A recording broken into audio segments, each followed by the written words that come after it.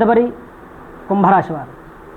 ఈ కుంభరాశి వారికి చతుర్థ గురుని వలన, అలాగనే కుంభరాశిలో శని ఉన్నందువలన భూగృహ ఆనందం అంటే భూములు కొనడం కానీ, గృహములు కొనడం కానీ, షేర్ మార్కెట్లో వ్యాపారం కలిసి రావటం కానీ జరుగుతుంది.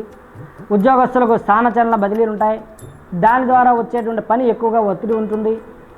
ఒడిదుడుకులను అధిగమించడానికి మీరు దైవారాధన ఎంత చేస్తారో అంత దైవబలం మీకు వెన్నంట సహకారం లభిస్తుంది. అలాగే ఆస్తి పంపకాల్లో మాత్రం కొద్దిగా సంయమనం పాటించాలి. సోదర సోదరి మూలకంగా తగువులు విభేదాలు ఏర్పడతాయి. మాతృవర్గ విరోధం ఎక్కువగా ఉంటుంది.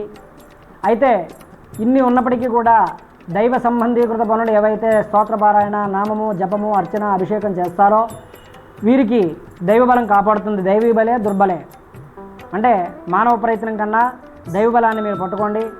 తప్పకుండా సావకాశమైనటువంటి మంచి శుభ ఫలితాన్ని పొందుతారు.